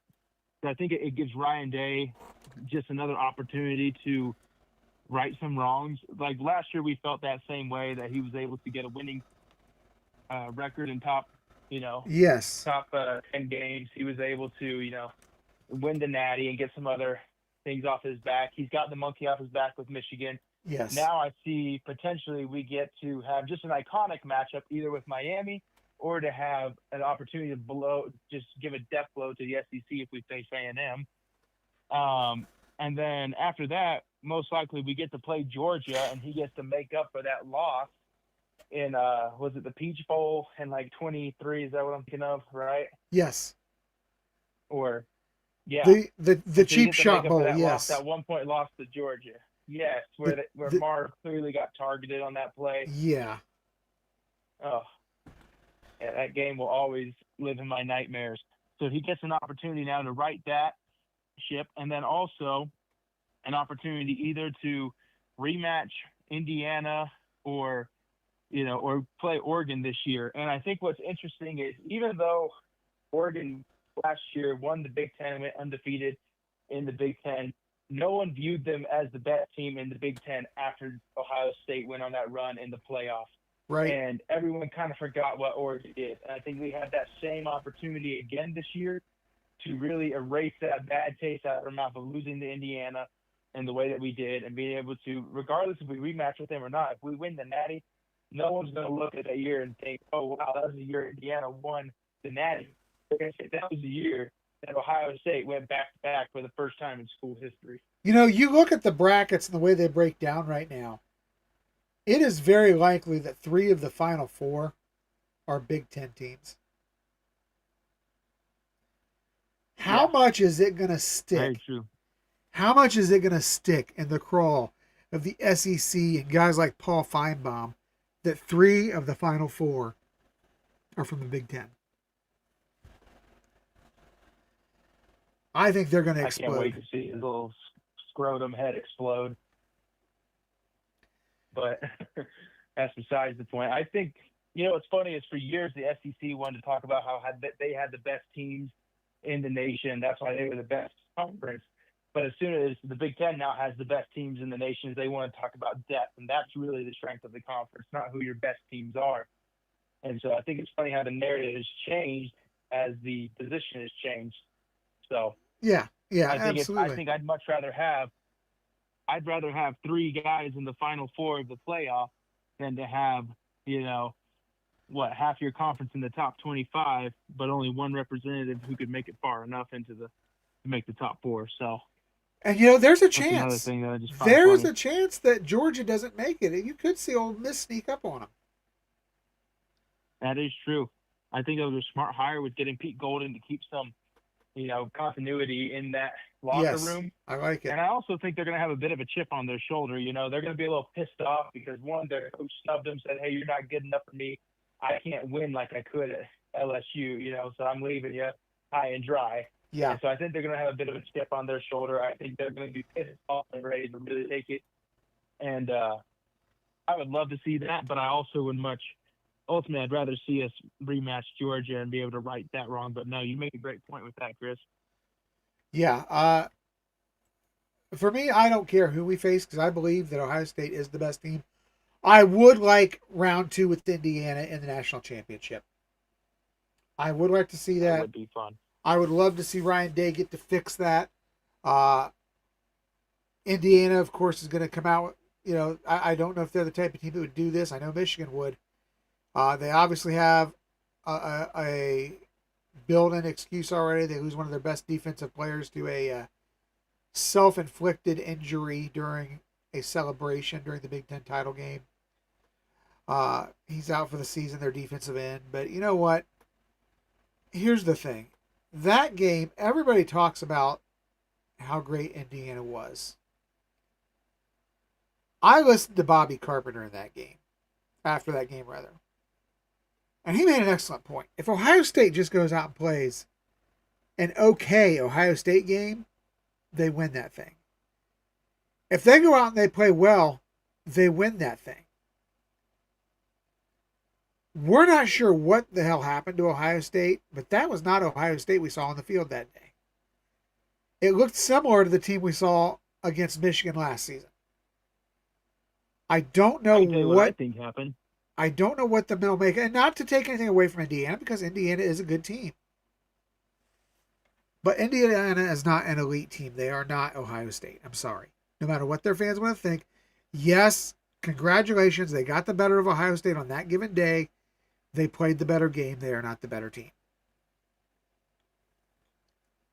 I agree. I think that game was really just a culmination of what happens when your coaches aren't excuse me, when your coaches aren't fully focused on the task at hand, when you got all this stuff going on with Brian Hartline, and then, Ryan Day's now got to turn his attention to, signing these recruits and keeping this class together. I think there was just a lot of distractions that, the culmination of that was a bad product on the field that day. And, I think also not poor overall offensive line play, but that right side. I mean, at this point, I've loved watching Tegra over the years improve, but at this point, it just feels like we've hit a plateau with Tegra. And it's like he'll get up for a certain game, but the next game he's just all over the place. He can't, he can't make a read and, pick up a stunt. And so I just think really what it came down to was, one, Julian had a bit of an off day, and it felt like the O-line also wasn't able to do as good of the protection as they had. And all that culminated in that 3-10 loss. And it really should have been, we should have won by 2 scores. We're in the red zone twice and we don't take advantage of that. Yeah. I mean, I think that's just ridiculous. So, you change a couple plays there and we win that game by 2 scores. It's really that close. I don't think you can say the same for Indiana. They weren't in that red zone like we were. And so I honestly think that, you just change a few different things. We stick more to what we're good at instead of all this 13 personnel, putting all these tight ends in and trying to just, be big boys up front and, show how tough we are. Like, come on, man. Let's take advantage of the weapons we got and make some scores right there. And, now everyone's talking about, instead of, Ohio State has chinks in the armor, instead they're talking about, holy cow, this team really does look unstoppable. But I think they can get back there. I believe in Ryan Day and this coaching staff. I think they can, right the ship. And I honestly think they can make another run like they did last year. I agree, and we've seen it, man. Ryan Day proved it last year. Nobody does better at adjusting after a big loss than Ryan Day. And that was a big loss. And now we have to see what this team is made of. Do they have the same heart and fire that we saw out of the team last year? I don't know. But if they come out and play with half that passion that we saw out of the team last year, then this is a national championship team. I agree. Anything else on your mind tonight, Joel? Well, No, I want to leave some time for the other callers, so I'll hop off and leave you with an OH. IO. Go Bucks. Go Bucks. Thank you, Joel, for that call. And looks like we have one final caller in queue right now is all.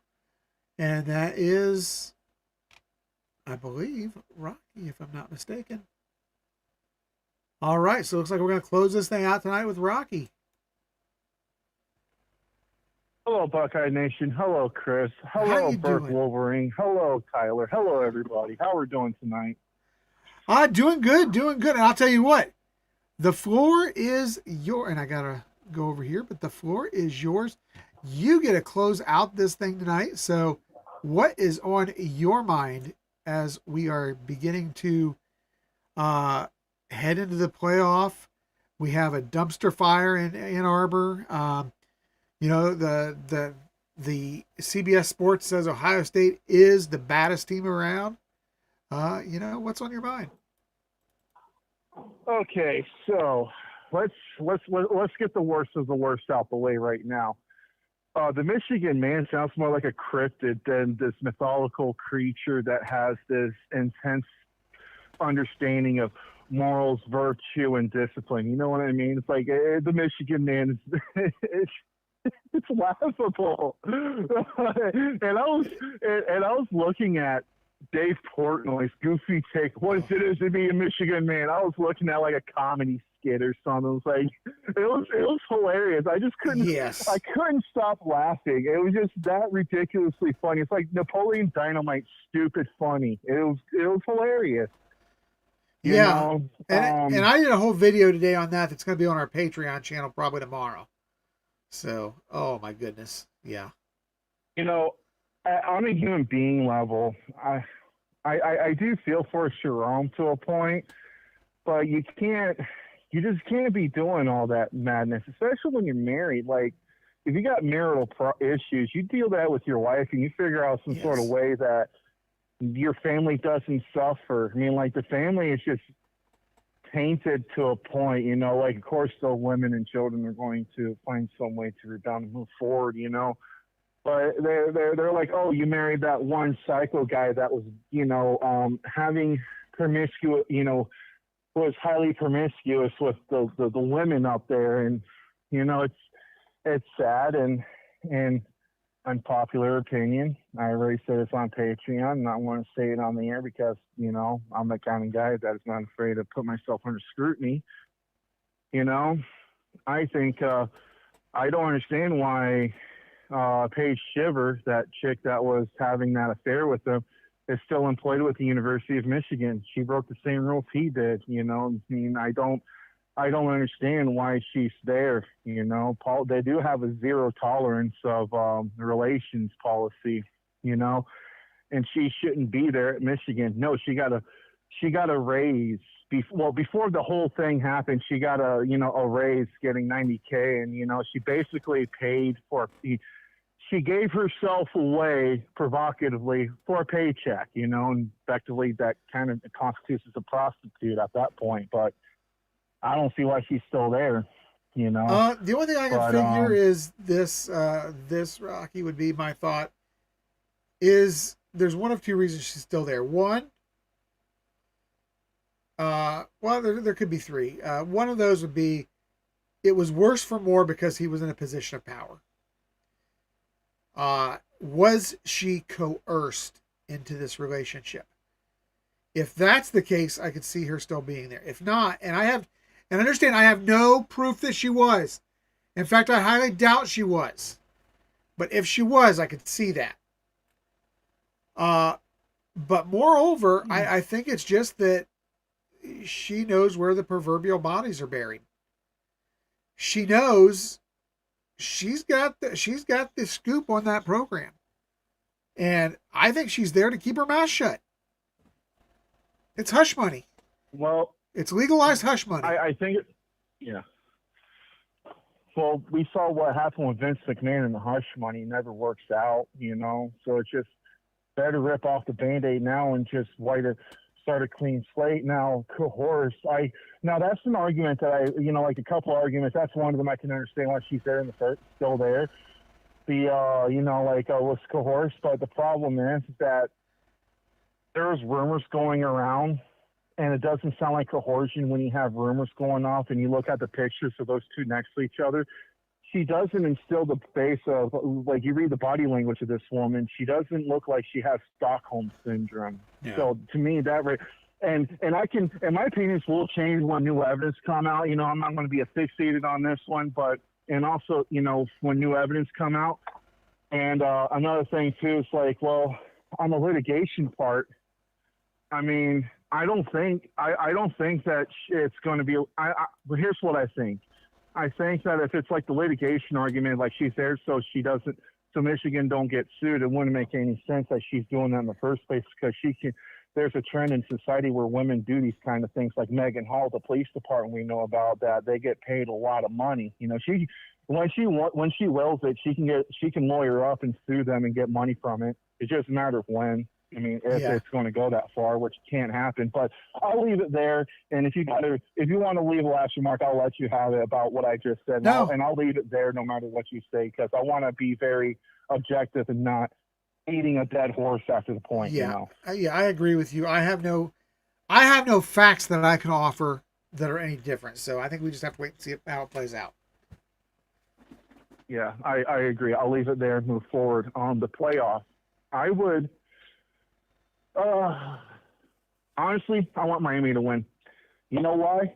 It'll be hilarious that the big, tough, mean, bad SEC gets knocked out by a wimpy, puny, small, degrading ACC team. You know how funny that would be? I'm going to be laughing at that like Dave Forney's take on the Michigan man. That would be hilarious. Yeah. Well, I mentioned it earlier with the last caller.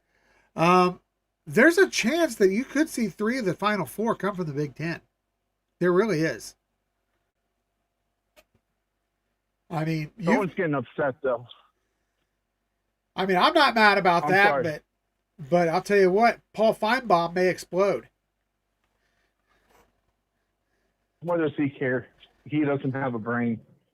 I don't think he understands the concept of being proven wrong. I think he's just going to have a brain fart and just act like it never happened. He's gonna act like Nick Saban is still at Alabama, Les Miles is still at LSU. Like, this guy is not objective. So I honestly think I don't like SEC people, fans. I hate them more than I do hate Michigan fans. They're just disgusting people. Well, I'll tell you what, though, they might be ridicule the fan base. If we're going to judge fan bases, SEC is actually the third worst for me. It's Michigan's not by far number 1, and then Indiana has moved into number 2 because the arrogance of their fan base, acting like they are a program that's been there forever when they've had 2 good seasons in the last 100 years. Yeah, just kills me. Yeah, that's like Michigan fans acting like 4 years of beating Ohio State, despite that they cheated. Erases 20 decades of getting their asses kicked. Like, people suck at math and people suck at history. It's unbelievable how people are willing to forget the past. It's like, like I live in Lincoln, and I throw a joke to every Husker fan I can because it's just so funny. I go up to them. It's like, hey, isn't it true that you guys keep a time machine in your guys' closet so you can relive the past? Go back to the Big 8 days. Yeah, exactly. When they're actually go back to Tom Osborne days. Yeah, like I was talking to some Husker fans not too long ago, and they're saying, yeah, he's leaving. Like, the family legacy is gone. He was here because his dad or uncle or something, but yeah, he's gone. He's leaving. Dylan, it's not official. It's not official nationally, but here in Lincoln, everybody's convinced he's gone. He's out. There's going to be a new quarterback in Lincoln next year. Well, I saw reports on it today that he was planning to enter. So, I think he's let the cat out of the bag. Yeah, I think so. And I ain't got much left to speak because the season's over. It breaks my heart. I love going at it with different fans. You know, this season was very special, you know, in a way that the first time in our lifetime, Ohio State went undefeated after post national championship win. And the first time that I remember since 2001, we're favored to win it all. I felt like the CBS or whatever, like what Vegas is saying, like, yeah, we're still the toughest team. That's that's sending Indiana a message that you guys got lucky. You guys got real lucky. And I largely agree with what a lot of people are saying. Most notably Hannah. I think she was like the first that it was just mainly because of the hangover, the drag from the Michigan game. And that does track because that's the common thing you hear about Woody Hayes and Bo Beck and war, that they beat each other and they're the toughest teams in the Midwest, and they get because it takes a lot of energy and emotion out of you, you know. Would make sense though. So I would deal with that, you know, and you're lucky, and you might not get lucky next time, you know. So, and you know, and one thing I understand with people, they're just going to be, you know, hedonistic, you know, on most things. They're just going to take the easy way out, look out for what it is on the surface value, and not be humble or have any grace with it. You know, like Indiana fans, you know, I'm actually happy for their fan base that they have pride in their football team. There's nothing like having a good football team if you care about football. But there's a fine line of saying that, hey, look where we're at. We're hanging with Ohio State versus that. We kicked your ass, yeah, we're the best. We beat you, we're the best. You know, like they get into this weird deranged syndrome where they just, you know, their head starts spinning. It's just, you know, like, and that's just people anywhere nowadays. But Indiana is just creating the most noise about that. And just, you guys got lucky. You guys got lucky. And honestly, congratulations to beating Ohio State, even though you had the referees helping you out. I ain't never letting that go. I will never let that go. The referees gave Indiana that win. That's not sore loser talk. Let's not try to say it like it was back all over because there was so many obvious calls. There were so many obvious missed calls. Kenyatta Jackson on at least 3 occasions was double teamed and ridden to the ground. He was tackled to the ground. Yeah. How is an offensive lineman is allowed to tackle a defensive lineman? He was tackled. Oh my God! On 3 different occasions at least. I'm about to like go off on it because it drives me nuts. Here's what drives me nuts with people. This is where the SEC falls into. Here's what really drives me, and it drives me nuts. You know, nobody cares about anything until it directly happens to them. Yeah. If Ohio State, like a great example, 2019 versus Hawaii. That's the game might have been rigged. They were saying like that sounds like loser talk, and finding out that the SEC officiating crew was corrupt with evidence. Yeah. Or the two, you know, like you can't say that the football team that did not benefit from biased calling shouldn't put themselves in a position where they had to, you know, where that wasn't a factor. Like, no, that's the wrong argument, because now what you're doing is that you're giving the governors of the game a pass to not be held accountable. Yes. There has to be accountability with authority when they don't abide the rules that they set forth or supposed to enforce themselves. And we don't have that as a value as a society. But going and it trickles into sports, we see it all the time. SEC fans told other fan base that you're sore losers, you're crybabies, this is a loser mentality, you guys ain't champions, you guys suck, shut up and all this. But when the Georgia and Auburn game happened, that was going on for at least a couple of weeks. That they were saying that, man, what's going on with the referees? Now they're complaining about the referees. It's a really screwed up psychosis, if you will, or a psychological phenomenon that people just biasly don't object to what the reality is. Yeah, that's what drives me nuts. Hey, I get it.